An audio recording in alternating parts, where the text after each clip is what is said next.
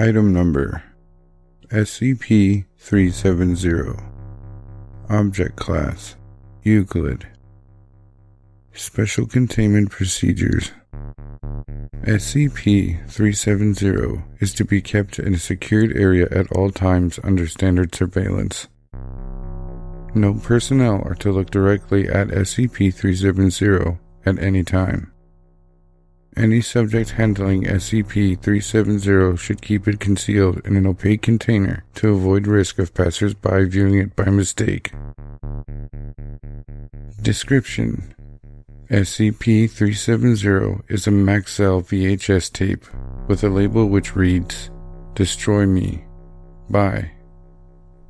The tape appears to be blank, containing only static. The tape was recovered from a VCR found in the home of former Agent At the time, the VCR itself was suspected of having properties warranting SCP classification. The entire VCR was removed and put under tight security. When no unusual properties were detected, the tape was removed from the VCR and both were put into storage with the rest of former Agent belongings. After several personnel died within several minutes of each other from unrelated circumstances, an investigation was carried out which revealed that all of the personnel had previously had direct contact with SCP-370. SCP-370 causes death precisely 604,800 seconds after direct visual contact has been made. This is equal to exactly 7 days. It should be noted that this effect only takes place when looking at the tape itself, and not the contents of the tape. The tape is in fact blank. Viewing or listening to the static on the tape produces no effect. Touching the tape has no effect. Addendum: the following is a log of experiments carried out to test the limits of the effects of the tape. Experiment 370-001-A. One subject each viewed the tape through 1-inch thick glass, frosted glass, tinted glass, plexiglass, and transparent plastic. All 5 subjects died. Experiment 370-002-A. One subject each was shown a photograph, video clip, and live CC feed of the tape. All subjects survived.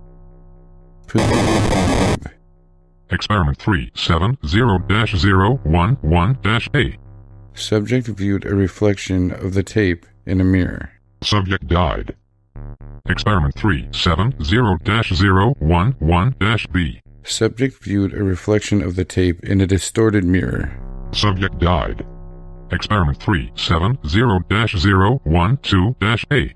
Tape was entirely covered with a thick black cloth, except for a 1/4-inch diameter hole through which part of the tape was visible. Subject viewed the exposed part of the tape through the hole. Subject died. Experiment 370-052-A. Subject viewed the tape from a distance of 100 meters in a well-illuminated area. Subject died. Experiment 370-052-B. Subject viewed the tape from a distance of 1 kilometer with the assistance of a telescope. Subject died. Experiment 370-053-A. Tape and subject were put into a completely blacked-out room. Subject was instructed precisely where to look to, quote, see the tape. Subject survived. Citing possible error, test was repeated several times. All subjects survived. Experiment 370-053-K. Tape and subject were put into a completely blacked-out room. Subject was instructed precisely where to look to, quote, see the tape. Room was briefly illuminated for 2 milliseconds. Subject died. Experiment 370-109-A. Tape and subjects were put into a room illuminated entirely by ultraviolet lights. Room was effectively blacked out, as this light range is beyond human vision. Subject survived. Experiment 370-112-A. Label was removed from the tape. Subject was exposed to the label. Subject survived. Experiment 370-112-B. Subject viewed tape without label. Subject died. Label was replaced. Experiment 370-113-A. Small sliver of black plastic was scraped from the casing of the tape. Subject was exposed to sliver. Subject died. Experiment 370-114-A. Lab rat was exposed to the tape. Subject examined the tape thoroughly and defecated upon it twice. Visual contact with the tape was confirmed. Subject died. Experiment 370-114-B. Several spiders belonging to the genus Honga were exposed to the tape. Subjects were left in the vicinity of the tape for several hours to confirm visual contact. All subjects died. Experiment 370-138-A. Dr. hypothesized that the light bouncing off the tape was the actual cause of its lethality. Tape was placed in front of subject with subject's eyes closed. Subject survived. Experiment 370-138-B. Dr. hypothesized that the light in the previous room was too dim to penetrate subject's eyelid. The tape was placed in front of the subject with the subject's eyes closed in a room with abnormally bright lighting. Subject confirmed that it was still very bright with his eyes closed. Subject died.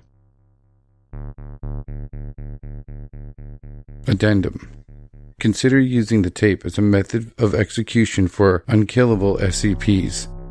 Consider experimentation to see if SCPs capable of post-mortem regeneration remain dead after exposure to SCP-370. Addendum. Many personnel have suggested that the tape be simply destroyed. However, Drs. and insist that the tape's effects are easy to contain and that destroying it would be unnecessary and unscientific. Several requests have been made to downgrade the tape's classification to safe, citing the tape's easy containment. These have all been denied, citing the tape's death toll.